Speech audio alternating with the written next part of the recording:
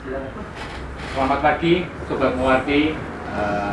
Assalamualaikum warahmatullahi wabarakatuh. Berjumpa lagi dalam acara Muwarti Care to Cancer, ya, bersama saya, Dr. Didi Prasetyo, penyakit dalam konsultan gastroenteropatologi. Muwarti Care to Cancer ini didedikasikan oleh tim kanker RSUD Dr. Muwarti kepada seluruh sobat Muwarti. Ya, kita tahu bahwa rumah sakit Dr. Muwarti ini adalah rumah sakit tipe A, pendidikan, di mana banyak sekali pasien-pasien rujukan dari rumah sakit jejaring di sekitar Solo, bahkan di luar daerah dari perbatasan Jawa Tengah dan Jawa Timur, merujuk dalam kasus-kasus malignansi keganasan, di mana kita sudah mempunyai sebuah tim cancer yang terdiri dari berbagai macam disiplin ilmu. Kemudian ada pelayanan cancer juga yang terintegrasi di Gedung Tulip. Nah, dalam kesempatan ini kita akan membahas tentang kanker pada organ perut, yaitu di usus besar, atau yang disebut biasanya kanker kolorektal, atau kalau bahasa Inggrisnya ada namanya CRC gitu. Pada kesempatan kali ini kita kedatangan narasumber, beliau-beliau yang ahli, kemudian piawai dalam bidangnya masing-masing. Yang pertama kami perkenalkan beliau Dr. Paulus Kusnanto, spesialis penyakit dalam konsultan gastroenterohepatologi. Selamat pagi. Selamat pagi, Dr. Selamat pagi. Selamat ya. pagi, Dr. Yang kedua yaitu beliau Dr. Ida Budi, spesialis konsultan bedah digestif, ya. Ya. Yang kesempatan pada hari ini juga, pagi ini juga, kita bersama-sama ingin berdiskusi, kemudian memberikan tambahan ataupun wawasan pengetahuan mengenai seputar kanker kolorektal. Sobat Muwarti yang kami cintai, kita akan membahas dulu mengenai apa sih itu kanker kolorektal. Mungkin dari Dr. Paulus Kusnanto dulu bisa menjelaskan kepada teman-teman di Sobat Muwarti, Dok. Apa itu definisi kanker kolorektal, di mana letaknya, kemudian apakah berbeda dengan kanker usus yang lain? Silahkan Dr. Paulus Kusnanto. Ya, terima kasih, Dr. Riki. Ya. Ya, selamat pagi pada Sobat Muwarti yang bisa join dengan kita pada pagi hari ini. Ya, seperti tadi diutarakan, di sini kita akan sedikit berbincang-bincang masalah cancer, ya, terutama kalau dikatakan kolorektal berarti letaknya itu di daerah kolon atau usus, ya. Dari kalau usus itu kebanyakan di usus bagian bawah, ya. Usus itu ada 3 bagian atas atau upper gastro, ya, usus atas, usus tengah, dan usus bawah. Ini kemungkinan kita nanti akan banyak lebih berbicara mengenai cancer di daerah usus bawah, ya. Dari itu, cancer itu kalau biasa disebut di dalam dapatan-dapatan itu ada yang bilang suatu tumor, suatu massa, suatu benjolan. Itu yang secara umum biasanya kita sebutkan kalau kita belum jelas arah kemana atau jenis dari cancer tersebut. Memang nanti kita akan bicara lebih jauh mengenai bagaimana kita mengenali cancer ini, ya. Mungkin secara umum kita bicara itu dulu, nanti kita sambung kenali. Mungkin sementara untuk pengenalan mengenai cancer itu dulu. Ya. Ya. Ya, terima kasih Dr. Paulus Sunanto. Ya, Sobat Muarti, jadi Dr. Paulus Sunanto tadi sudah menjelaskan setara anatomi bagian-bagian dari usus, ya. Kemudian di mana kanker kolorektal itu atau CRC kalau bisa kita sebut itu, dia berada di bagian usus besar. Mungkin dari Dr. Ida Budi bisa lebih, apakah memang setiap kali ketemu ada sesuatu ataupun benjolan di usus besar itu prefernya harus langsung dilakukan operasi atau bagaimana? Soalnya Sobat Muarti ini harus paham betul alur dan sebagainya dalam kita mau kemana ini kalau sudah ada gejala ataupun terindikasi untuk adanya kanker kolorektal. Ya, terima kasih Dokter Didi. Jadi untuk teman-teman Sobat Muardi, jadi yang dinamakan tadi sudah sedikit disinggung oleh Dokter Paulus Sunanto. Jadi yang namanya tumor di usus besar itu bisa mulai muncul dari usus besar bagian kanan sampai ke arah dubur tempat pembuangan. Jadi tumor dari secara prinsip ada dua, bisa tumbuhnya yang dari lapisan bagian dalam usus besar, itu yang sebagian besar tumbuh dari situ, atau dari dinding usus besar, sebagian kecil bisa tumbuh dari situ. Jadi yang akan kita bahas di sini mungkin yang tumbuh dari lapisan bagian dalam usus besar. Jadi keluhannya seperti apa? Jadi keluhan yang paling sering ya jelas gangguan pola buang air besar. Tidak mungkin tidak ada keluhan pola buang air besar sebelumnya. Cuma jarak berapa lama sih yang dikatakan keluhan buang air besar itu sampai dikatakan ini suatu kecurigaan ke arah suatu tumor atau cancer? Paling tidak dikatakan perubahan pola ke belakang itu paling tidak minimal 6 minggu berturut-turut itu mesti dicurigai, harus ada kecurigaan sedikit pun ke arah tumor usus besar. Jadi seperti apa? Pola ke belakang misalkan jangan sampai menunggu keluhan itu sampai 2-3 hari nggak bisa ke belakang sama sekali. Mungkin yang misalkan biasanya pola BAB-nya setiap hari atau 2 hari sekali jadi bergeser jadi 3 atau 4 hari sekali, mulai dicurigai ke arah tumor usus besar. Kemudian kalau ada perubahan konsistensi kotorannya, misalkan biasa padat terus kemudian dalam 1-2 bulan terakhir menjadi cenderung cair, apalagi bercampur darah. Kalau misalkan buang air besar campur darah, kemudian ada tonjolan keluar nyeri, masih karuan, jelas biasanya sebagian besar ada keluhan lain seperti hemoroid atau yang lain. Nah kemudian kalau untuk yang tumor di usus besar, karena gejalanya sebenarnya banyak terancukan, terutama yang kita diskusikan di sini adalah stadium awal. Banyak rancu dengan keluhan-keluhan yang simptomatis karena pengaruh makanan atau karena pengaruh pola diet. Kadang-kadang itu yang agak sedikit tersamarkan, dokter. Jadi beberapa dianggap ini karena faktor makanan, ya sudahlah paling nanti juga baik. Sebulan, 2 bulan, 3 bulan berulang, baru datang ke dokter. Nah setelah datang ke dokter, akhirnya dilakukan pemeriksaan. Setelah dilakukan pemeriksaan mesti mikir apakah harus seperti ini gitu. Nah sekarang pemeriksaan yang paling simpel, pemeriksaan yang paling ringan, kita mesti sedikit membuka wawasan. Jadi sekarang eranya sudah banyak modalitas diagnostik yang bisa kita pakai. Jadi nggak semata-mata kita melakukan pemeriksaan semuanya. Kalau memang teraba dengan pemeriksaan fisik, oke, tidak apa-apa.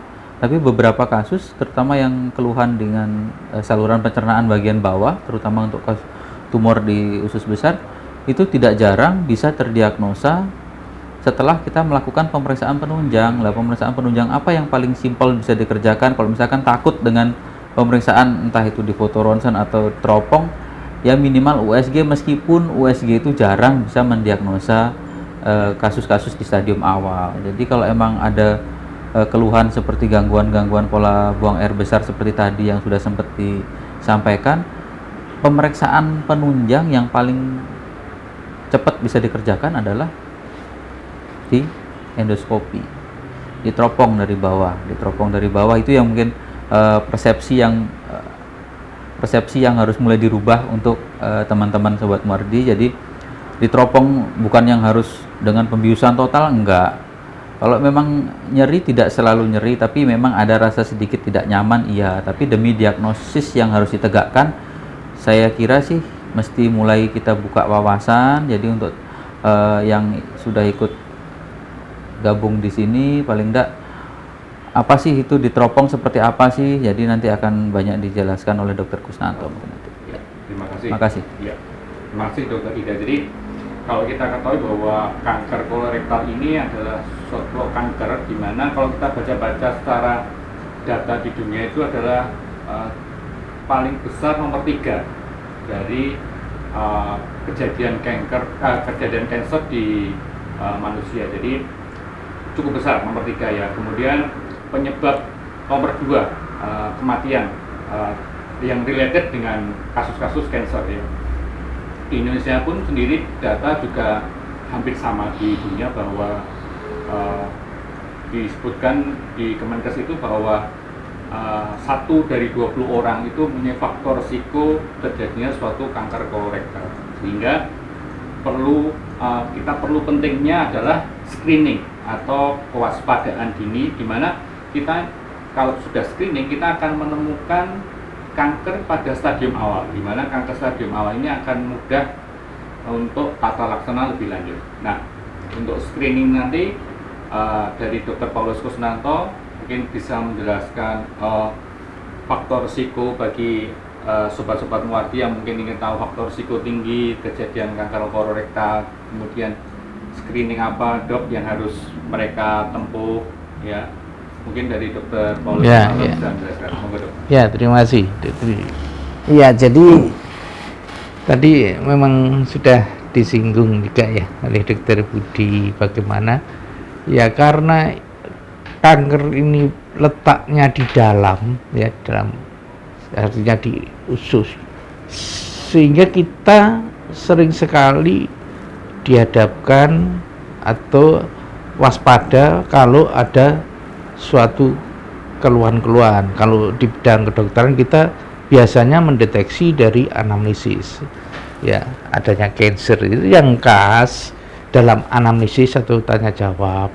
Misalnya tadi ada keluhan diare ya, terus nyeri perut ya di bagian bawah, itu di kanan, di kiri, itu kadang-kadang bisa juga menunjukkan arah kelainan dari cancer itu. Jadi ada nyeri, ada diare yang berlendir, berdarah, itu kita mesti harus waspada ya. Diare, terutama diare-diare yang kronik. Kalau akut itu lebih banyak ke infeksi biasanya, tapi yang kita perlu waspada adalah diare-diare kronik. Ini arah kelainan lebih mengarah ke suatu malignancy, keganasan gitu ya, tumor ini. Yang kedua, dari pola-pola itu kita lihat misalnya ada orangnya merasa berat badannya kok menurun secara nyata, misalnya berat badannya dalam sekian minggu, sekian bulan itu menurun secara nyata ya, berat badannya turun, terus kurang darah atau HB-nya juga menurun ya, itu kadang-kadang hal-hal seperti ini kita sudah mulai waspada aja. Jadi dari anamnesis keluhan-keluhan pasien ini harus kita cermati, sejak situ baru ditambah dengan pemeriksaan-pemeriksaan yang menyokong.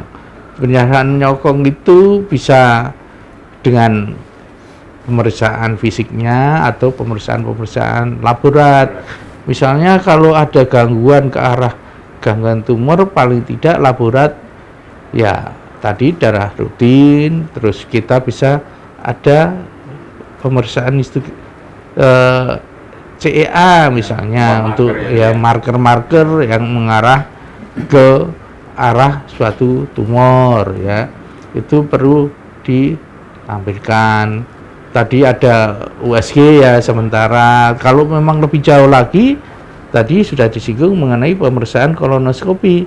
Dan ini merupakan pemeriksaan yang sangat memberikan hasil yang baik saat ini untuk kasus-kasus dengan kanker di daerah kolon atau di daerah saluran cerna bawah ini. Karena kita bisa melihat ya bentuk kankernya, kita bisa mengambil jaringannya, kita dengan biopsi kita cek histopatologinya, jenisnya bisa akan diketahui sehingga kita akan nantinya mendapatkan pengobatan ya. Baru ndak ini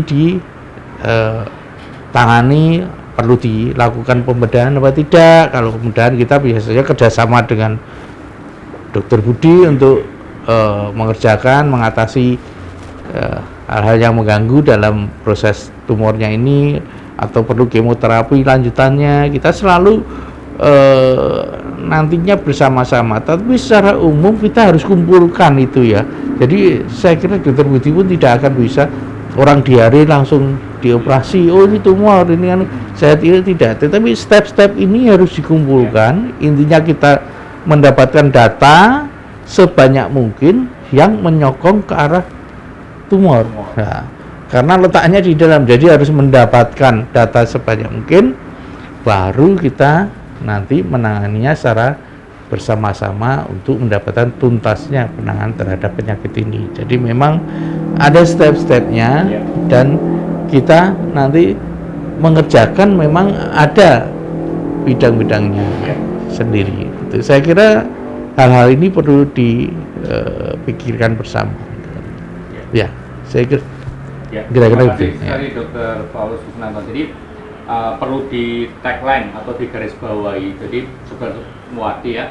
Jadi seperti keterangan dari beliau Dr. Paulus Kusnanto tadi mengenai gejala-gejala klinis ya. Untuk kita harus aware untuk kejadian suatu kanker kolorektal tadi. Jadi mulai dari adanya diare kronis, kemudian penurunan berat badan dan sebagainya tadi sudah disampaikan oleh beliau Dr. Paulus Kusnanto, dan nanti pemeriksaan, kemudian tentunya tadi disinggung mengenai pemeriksaan kolonoskopi. Tentunya di Sobat Muardi tidak dari keterangan dari Dr. Paulus Kusnanto dan Dr. Budi tadi, jangan takut untuk pemeriksaan ataupun screening itu juga, sehingga kita bisa tahu nih lesi sekecil apapun, kemudian stadium awal bisa kita ketahui secara dini. Mungkin sebentar kita beralih ke ada penanya dari chat ya, dari Mbak Alifa ya. Mbak Alifa menanyakan, dok saya sering sekali diare, padahal tidak habis makan pedas ataupun asam. Beberapa kali sampai mondok di puskesmas karena diare berat. Apakah bisa ini menunjuk ke penyakit di usus? Ya, mungkin dari Dr. Paulus Kusnanto dulu. Ya, untuk diare ya, diare memang salah satu tanda dari kelainan di daerah kolon terutama ya, untuk tumor itu ya. Diare, apalagi yang sering berlendir terus berdarah ya. Kalau dari bawah umumnya darahnya itu agak darah segar umumnya, kecuali kalau yang usus sebelah kanan mungkin agak jadi hitam ya, karena letak perdarahan atau letak kelainannya ini bisa menunjukkan. Di awal saya sebutkan diare itu pertama kita harus bedakan yang akut dan yang kronis ya. Ya batasannya adalah waktu. Kalau di penyakit dalam kita biasanya bisa mengambil batasan 2 minggu, tadi Dr. Budi katakan sampai 4 minggu, 6 minggu ya. Tapi ya kalau lebih, kalau akut ya yang kurang itu, kita biasanya berpikirnya pertama adalah ada nggak proses-proses infeksi ya. Kadang-kadang juga orang dengan amuba, misalnya infeksi amuba itu tampilannya juga ada lendir, ada darah, tapi ternyata infeksi, dan setelah dicek ternyata keluar adanya suatu amoebiasis, amuba ya. Itu kita patokannya akut. Kalau yang kronis memang lebih banyak, itu karena faktor tumor misalnya salah satunya, atau IBD atau jenis IBS yang lain. Kronis itu definisinya biasanya kita pakai tuh, mau pakai kriteria rumah itu 3 bulan itu ada masa-masa diare yang berulang ya selama 3 bulan, misalnya setiap minggu diare terus Ya. sembuh, terus minggu berikutnya nanti diare lagi kan lagi. Itu kalau berulang-ulang sampai 3 bulan itu kita harus curiga nih. Ya tadi sudah disinggung juga sama dokter Budi, diare-diare yang kronis begini harus kita ceraki, apalagi ada alarm simptom ya tadi berat badan turun, ada berdarah, ada anemi, ada itu mesti harus kita telusuri lebih lanjut untuk mengarah ke diagnosisnya. Ya, saya kira itu mungkin dokter Budi bisa nambahin. Ya. Dokter Budi mungkin ada tambahan dari pertanyaan dari Mbak Alifa ini. Ya, makasih. Jadi untuk Mbak Alifa, jadi terutama ini apalagi nggak ada riwayat pengaruh makanan ya, Dok. Iya. Jadi kalau nggak ada riwayat pengaruh makanan, kemudian ada diarenya cukup hebat, jadi bisa mulai dipikirkan ini ke arah kasus gangguan di usus besar. Jadi kita nggak langsung masuk ini harus ke arah tumor atau kanker, enggak. Jadi paling enggak apa yang bisa dikerjakan ya sudah kontrol ke dokter. Kalau emang karena asumsinya sekarang kalau dokter bedah itu pasti untuk operatif, enggak. Jadi mau ke dokter bedah boleh, ke dokter umum boleh, ke dokter penyakit dalam lebih baik lagi. Ini kalau bisa ini kontrol, evaluasi. Jadi apa yang mesti dievaluasi? Jadi nggak selalu saat diteropong itu kita harus ketemu tumor, enggak. Jadi misalkan saat diteropong ternyata ada beberapa lokasi dengan tanda-tanda aktif peradangan yang aktif, apalagi dengan tanda-tanda ada ulcerasi atau luka di usus besar, itu akan bisa kelihatan dengan diteropong. Jadi kita mulai sedikit membuka wawasan. Jadi diteropong itu bukan hal yang pemeriksaan yang dibuat-buat atau sedikit dipaksakan, enggak. Jadi itu bukan hal yang tabu lagi. Jadi itu bukan hal yang tabu lagi. Jadi kadang-kadang pemeriksaan pertama belum tentu kelihatan, misalkan belum tentu banyak informasi yang didapat, tapi karena keluhan berulang, ya ada beberapa bulan kemudian perlu dilakukan evaluasi ulang. Jadi bukan kalimatnya pemeriksaan yang pertama gagal, enggak. Jadi kadang-kadang kita perlu evaluasi ulang, kadang-kadang kita perlu istilahnya follow up untuk kasus-kasus seperti ini. Kadang di saat dievaluasi belum muncul, belum manifest itu yang namanya gejala, tapi keluhan sudah ada, itu kadang-kadang bisa seperti itu. Jadi kita mesti mulai saling berbagi untuk membuka wawasan. Jadi untuk melakukan pemeriksaan di teropong atau bahasa medisnya istilahnya kolonoskopi, itu bukan hal yang tabu untuk dibicarakan di mana-mana, bukan hal yang harus untuk ditolak oleh pasien. Jadi itu memang pemeriksaan yang paling banyak informasi mungkin yang bisa kita dapat dari situ. Entah itu ke arah tumor ataupun ke arah peradangan di usus besar. Jadi kadang-kadang kasus datang sudah terlalu lanjut, malah sekalian malah nggak bisa di kolonoskopi sekalian karena udah kondisinya udah lanjut. Itu mungkin. Ya mungkin saya bisa nambahkan. Memang tadi memang betul ya. Sekarang itu kita khususnya kita yang sering berkecimpung di bidang gastroenterologi kita itu menggunakan atau mengoperasikan endoskopi itu sekarang seperti kita dokter kalau punya stetoskop. Jadi sudah hampir terbiasa atau menjadi suatu teman setianya dokter gastroenterologi. Kalau itu kita menggunakan teropong adalah menggunakan stetoskop. Itu memang jadi suatu kebiasaan sudah kan gitu. Kemudian pasien juga nyaman, tidak nyeri. Jadi paskanya itu juga tidak ada sesuatu yang harus ditakutkan begitu. Jadi mungkin Sobat Muardi ya. Jadi kalau misalnya ada beberapa tadi yang sudah disebutkan gejala-gejala klinis, untuk melakukan screening kolonoskopi bisa datang ke Muardi. Tentunya kan kalau kita lihat di beberapa rekomendasi dari WHO maupun dari Kemenkesku, terutama di atas umur 50 tahun, kemudian riwayat keluarga ada kanker kolorektal ataupun polipadenoma, nah itu memang harus screening itu memang harus dilakukan begitu. Dan sesuai tema pada hari ini Dok, ini kan mengenai kanker kolorektal yang stadium dini, dimana kalau stadium dini ini kan approach-nya itu lebih bisa baik prognosis bagi pasien dibandingkan dengan pasien yang udah ketemu udah metastasis ke liver, metastasis ke paru dan sebagainya. Nah, untuk kita bisa menjadikan teman-teman dari Sobat Muardi ini stadium awal nih bisa langsung ketahuan atau terdiagnosis, betul bagaimana Dokter Paulus Kusnanto?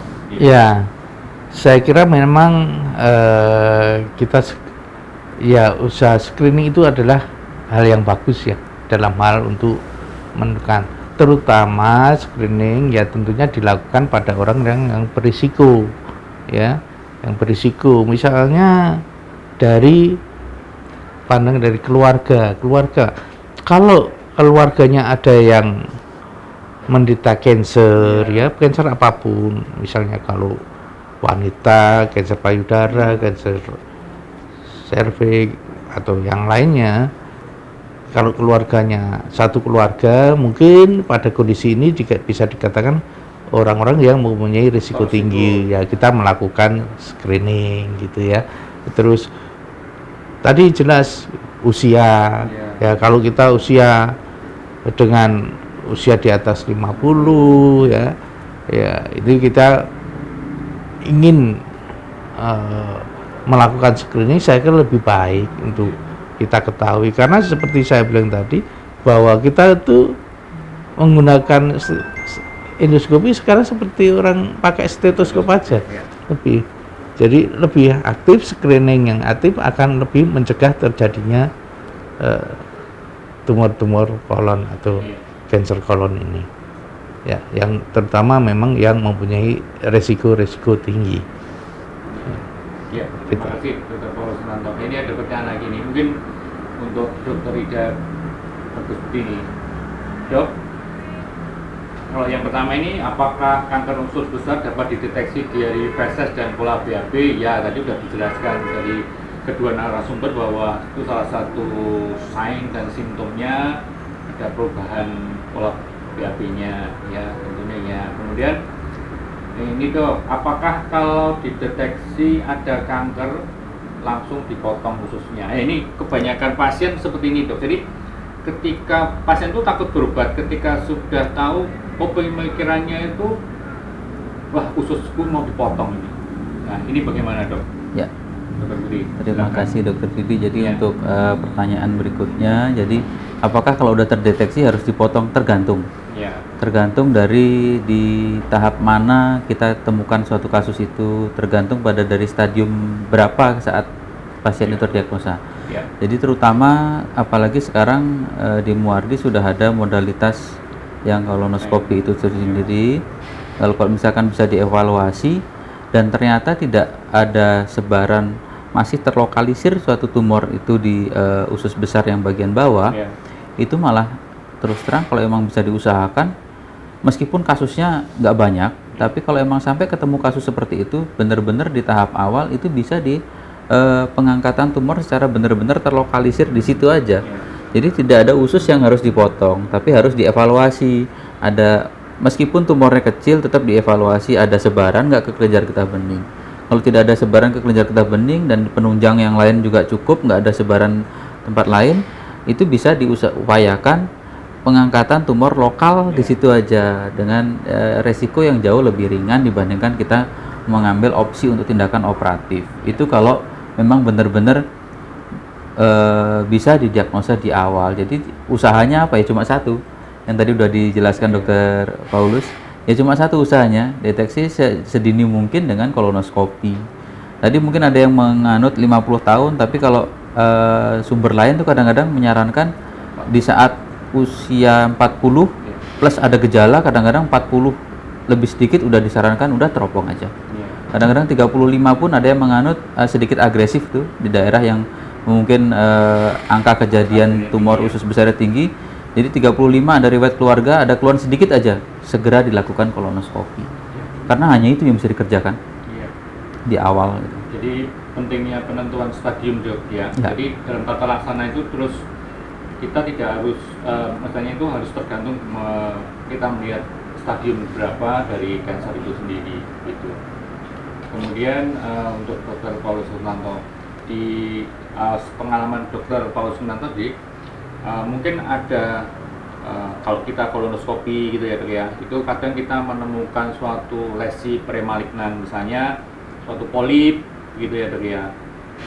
Mungkin dari Dr. Paulus Hernanto bisa menjelaskan ini ke Sobat Muardi. Kadang kan ada polip nih, harus operasi gitu kan, sehingga pasien ataupun masyarakat ini takut begitu. Mungkin dari Dr. Paulus bisa menjelaskan approach-nya bagaimana. Ya memang ini suatu dapatan hasil ya. Kalau misalnya ini ketemu polip ya, polip itu ada beberapa macam juga. Mungkin apakah ini hanya suatu inflamasi atau silsilaja atau memang suatu perkembangan dari awal-awal tumor. Umumnya kalau kita melakukan suatu kolonoskopi, kalau kita curigai daerah-daerah yang menjadi sumber perkembangan dari suatu cancer, ya itu kita lakukan biopsi. Jadi kalau ketemu kita curiganya apa bentuk polip, kita mesti harus lakukan biopsi. Biopsi nanti kita tentukan jenisnya sudah sampai di mana atau jenisnya apa sih polip ini. Nah ini akan menentukan tindak lanjut yang bisa akan kita kerjakan. Ya, setiap dapatan dari kolonoskopi maka kita akan cari kira-kira menjadi penyebabnya itu apa, jenisnya apa, hanya peradangan saja atau memang ini suatu perkembangan tumor, dan cara dibiopsi.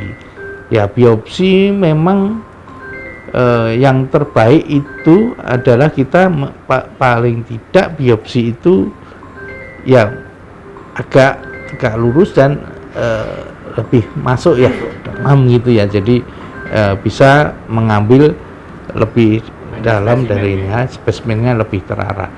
Karena tidak jarang kita juga sering ketemu bentuknya kolonoskopi tumor, tapi kok di kita nganu kan ketemunya inflamasi. Sering sekali juga ini kita jadi ini tumor ini di kolonoskopi tapi PA-nya ini inflamasi kok. Nah, ini makanya kita mesti juga harus nanti saling kerjasama dengan bagian patologi, bagaimana untuk mengatasi hal-hal ini. Perlu ndak suatu pemeriksaan yang lebih spesifik lagi.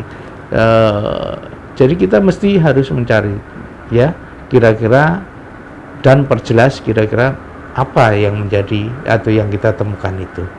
Dengan cara yaitu kita ada kelengkapan biopsi, atau polip kadang-kadang besar ya bertangkai, kita bisa ambil ya dengan metode kolonoskopi. Kita ambil, nanti kita periksa lebih banyak sampelnya, kita ambil, kita periksa.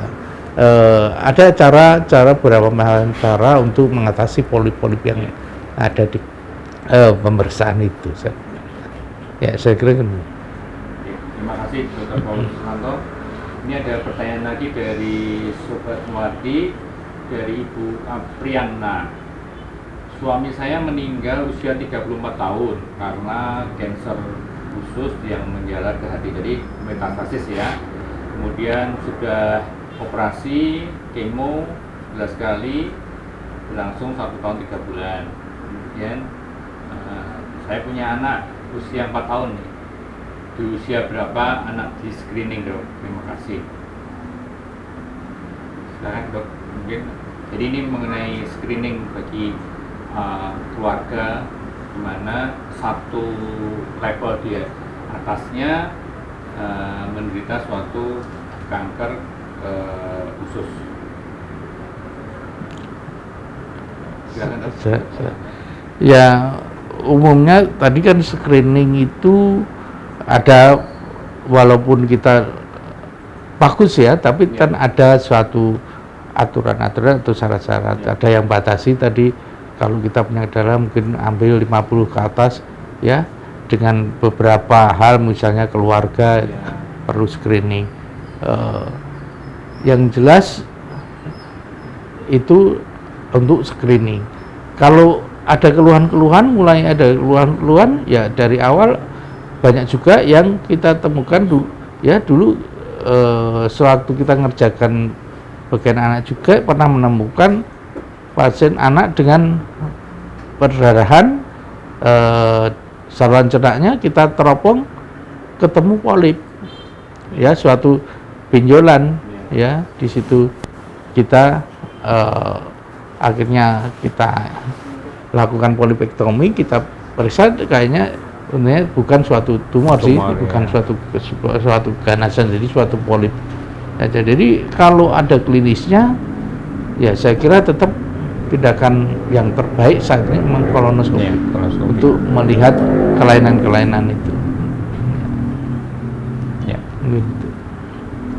Ya, terima kasih Dr. Paulus Sutanto. Mungkin dari Dr. Ida pernah menemukan case paling muda umur berapa ini untuk kanker kolorektal? Jadi untuk Ibu Apriana Hasani ya ikut bela sungkawa juga untuk suami. Jadi untuk kasus seperti ini, jadi memang nggak ada protokol resmi umur berapa, sebaiknya yang idealnya berapa, tergantung dari nyambung dari informasi dari Dr. Kusnanto.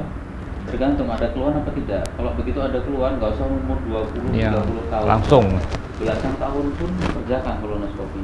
Sarankan untuk kontrol, untuk evaluasi kolonoskopi.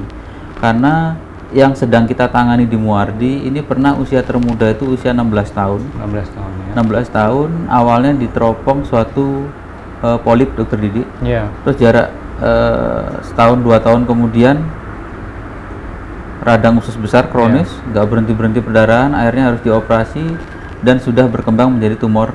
Setelah dicek hasil histopatologi, berkembang jadi suatu tumor ganas di usus besar. Iya. Dan sudah stadium, bukan masuk lagi stadium awal. Iya. Jadi sudah masuk ke stadium lanjut, sudah ada penyebaran ke kelenjar. Jadi mau nggak mau usia 18 tahun pasien harus menjalani kemoterapi pasca operasi. Itu bedanya di situ. Kalau kita bisa berhenti di stadium awal, mungkin tindakan pengangkatan untuk tumor apapun bentuk tindakannya sepertinya cukup tanpa tambahan kemoterapi. Sedangkan 75% lebih pasien yang datang ke Muardi itu stadiumnya stadium lanjut. Ya.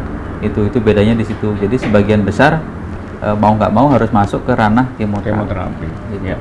Betul sekali. Jadi beliau kedua narasumber tadi tetap menegaskan bahwa ketika ada gejala, ketika ada simptom, segera lakukan pemeriksaan, diagnosis untuk mengetahui lebih lanjut apakah ada lesi atau tidak.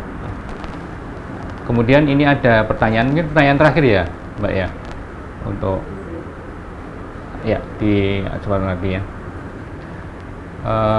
Dari Ibu Wina Asri. Selamat pagi dok, saya penyintas autoimun dengan SLE, Sjögren RA, colitis IBD. Dok, saya colitis IBD yang sudah kronis, sudah 3 tahun dan 6 kali kolonoskopi. Apa yang harus diwaspadai dok untuk tahu lebih dini kalau ada kanker kolon, dan apakah dengan kondisi saya yang autoimun dan peradangan usus besar yang kronis ini punya prevalensi yang tinggi untuk terjadinya kanker kolon? Silahkan Dr. Paulus Sutanto. Ya, Ibu Wina Asri ya.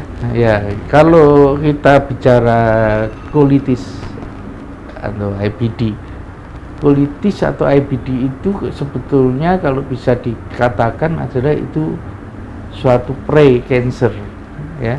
Dia akan colitis IBD terus akan diderita, kondisinya akan naik turun tergantung dari kondisi dari pasien tersebut. Jadi dia akan dirasakan terus dan perkembangannya itu tergantung kondisi pasiennya. Semakin lama, semakin sering kambuh, semakin buruk. Makanya evaluasi salah satunya secara bertahap dilakukan kolonoskopi untuk melihat perkembangannya. Pada akhirnya kalau colitis IBD itu bisa dikatakan nantinya akan menjadi cancer.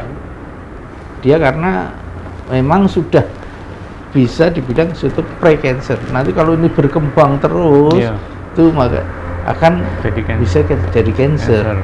Nah, makanya IBD ini harus ditangani secara istilah betul dan mengikuti dari perkembangannya. Kalau misalnya terasa kambuh misalnya, kita mesti harus naikkan mengenai dosis obat, Ya. kombinasi obat, itu supaya bisa mengerem kejadian-kejadian ini tidak berlanjut.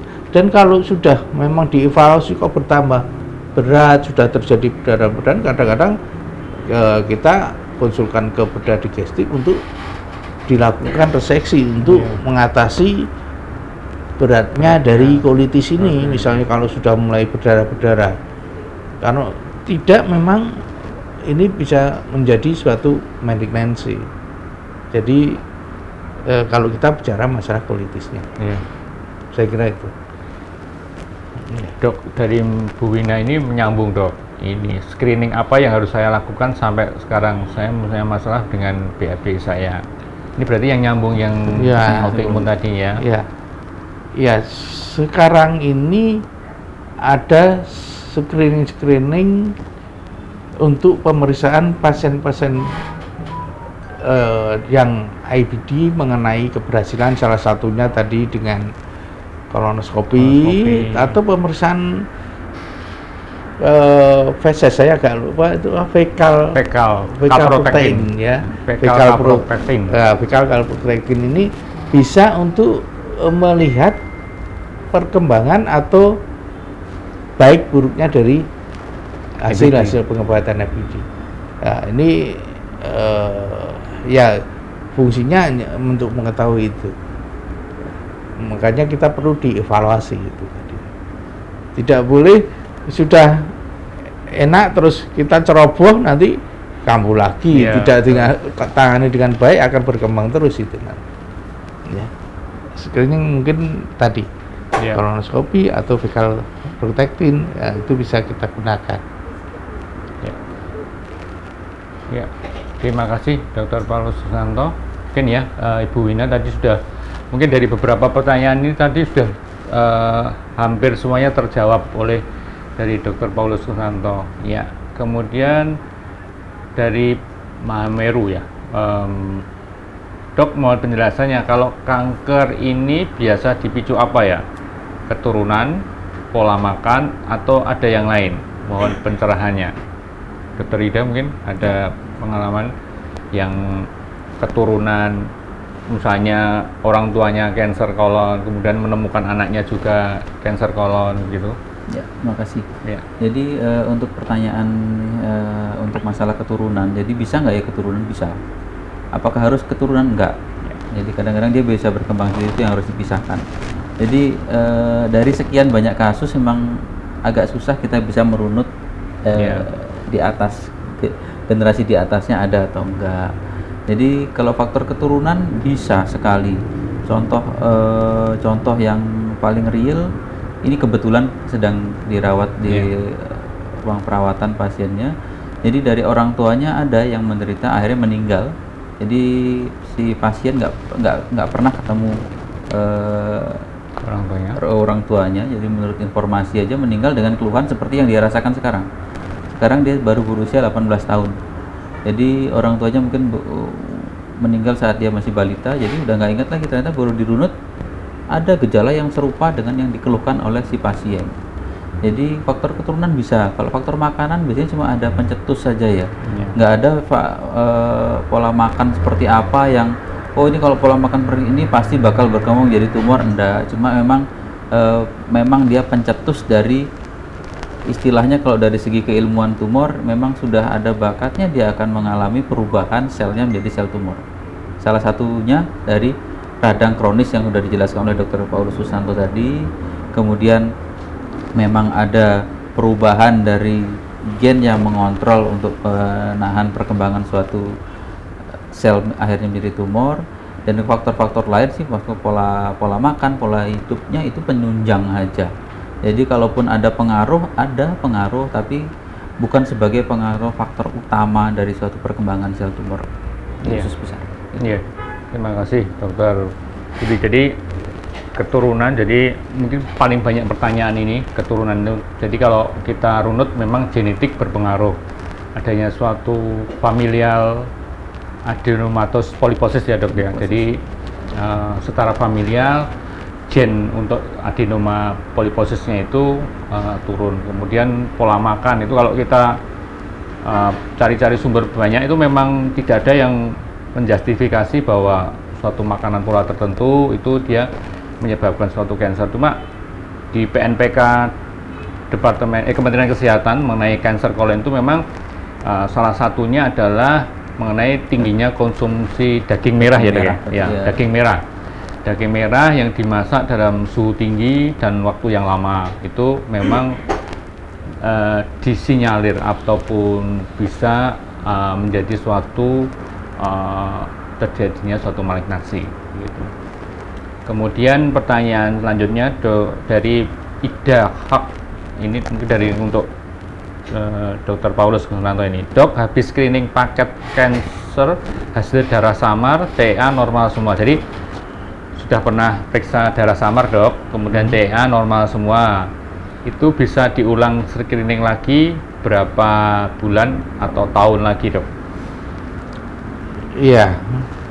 Jadi kalau hanya screening mungkin bisa kita lakukan setiap 6 bulan sampai 1 tahun sekali lah dilakukan. Kalau hanya sekedar screening, Iya. tapi kalau ada keluhan, ada gangguan mengenai tanda-tanda dari gangguan pencernaan, ya jangan lupa harus dicari sesegera mungkin.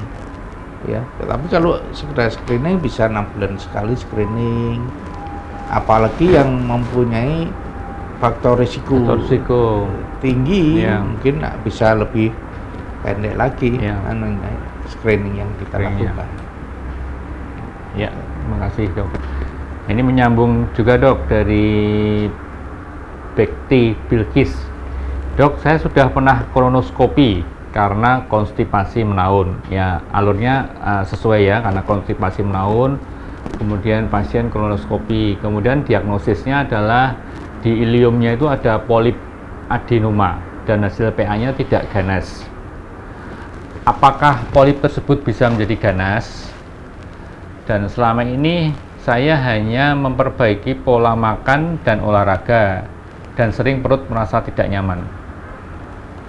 Nah, mungkin dok silakan dari Dr. Paulus atau Ya. Dr. Ida Budi. Polip ya. Ya, polip ini memang ada yang berkecenderungan mengalami Malignansi. perubahan ya. Dari seperti kita ketahui misalnya dalam masa perkembangannya, apakah ini dalam kondisi sudah terjadi hanya displasia atau sudah terjadi metaplasia, ada perkembangan-perkembangan dari istilahnya kalau polip benjolan itu. Jadi kalau kita ketemu dalam kolonoskopi itu memang sebaiknya segera untuk kita ambil biasanya polip. Yeah. Ya, kecil itu harus kita ambil dan kita tentukan jenisnya. Ya, ya seperti tadi ada yang sifat familial mungkin ya akan tetap akan muncul banyak sekali. Mungkin kalau kita mesti harus seperti ini, kita katakan kan mempunyai risiko, sebaiknya ya screeningnya lebih sering untuk dilakukan dan pemeriksaan-pemeriksaannya juga mesti dievaluasi mengenai perkembangan polip itu. Tapi kalau di beberapa sumber mengatakan bahwa bisa berubah polip yang jinak terus perkembangannya ternyata menjadi ganas. Ya. Jadi perlu awareness, perhatian khusus ya dok ya mengenai polip ini ya. Jadi memang ada resiko terjadinya suatu perubahan malignansi atau displasia menjadi salah satunya menjadi suatu ganasan, sehingga perlu adanya screening yang berulang. Itu rekomendasi bisa 2 tahun atau untuk dilakukan kolonoskopi gitu. Kemudian Mungkin pertanyaan terakhir ya, Dok ya. Ini dijelaskan Dok bedanya endoskopi dan kolonoskopi. Apakah pasien harus dibius dan bisa pakai BPJS atau tidak? Silakan Dok. Ya, ya, endoskopi itu terbagi dua ya. Ada yang ada untuk endoskopi bagian atas kita sebut EGD atau esophagogastroduodenum, ya, dan yang saluran cerna bawah atau dinamakan kolonoskopi itu. Kalau yang usus tengah biasanya kita pakai endoskopi dengan tambahan ya, kita beri istilahnya baby endoskopi ya, untuk melihat lebih dalam di usus bagian tengah. Jadi itu bedanya. Kalau endoskopi itu nama besarnya. Taruh antara membedakan yang atas bawah kita pakai EGD esophagogastroduodenum atau kolonoskopi, yang tengah dengan baby endoskopi. Atau ada juga pemeriksaan endoskopi yang menggunakan pil misalnya, tapi itu kekurangannya kita hanya bisa melihat tetapi tidak bisa melakukan tindakan Biopsi, tidak bisa biopsi, kita hanya bisa melakukan tindakan-tindakan. Biasanya pada kasus-kasus perdarahan di usus tengah, bagian tengah itu ada perdarahan misalnya, itu kita kesulitan, kita pakai pil endoskopi itu untuk mendeteksi kira-kira sumber perdarahannya ada di situ, kita bisa lihat, sehingga nanti dokter bedah digestif akan lebih tepat untuk mengatasi perdarahan itu. Ya, itu bedanya.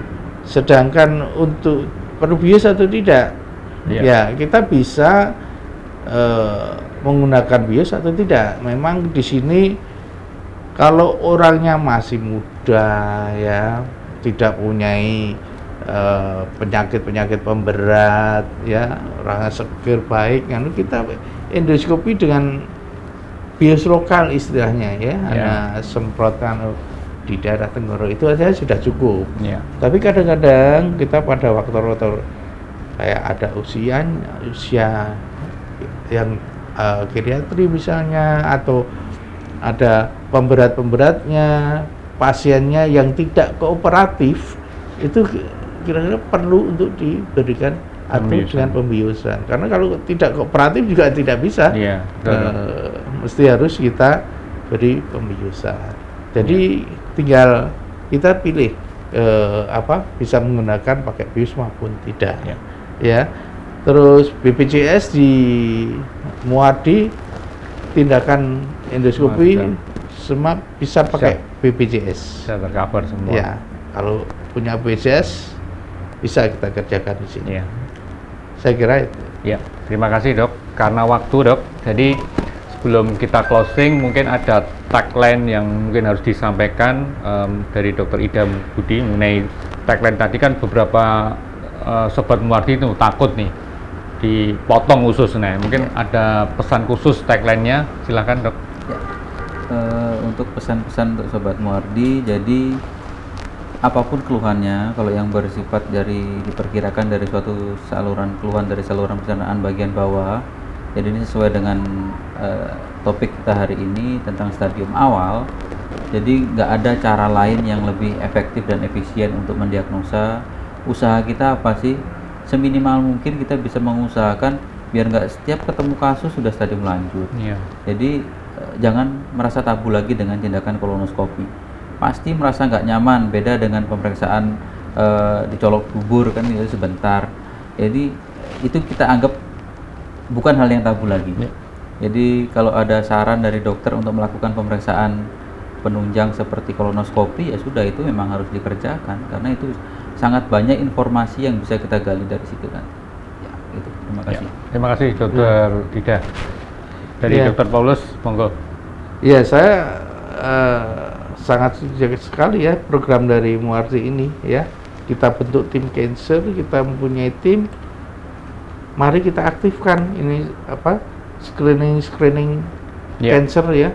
Terutama hampir banyak sumber cancer itu datangnya mesti sudah terlambat. Saya kira screening ini penting sekali dan kita mendukung sekali. Dan untuk pemeriksaan kita itu kolonoskopi seperti sudah kalau kita menggunakan stetoskop sebagai dokter ya itu kita alat kita itu setiap harinya kolonoskopi itu sudah biasa. Jangan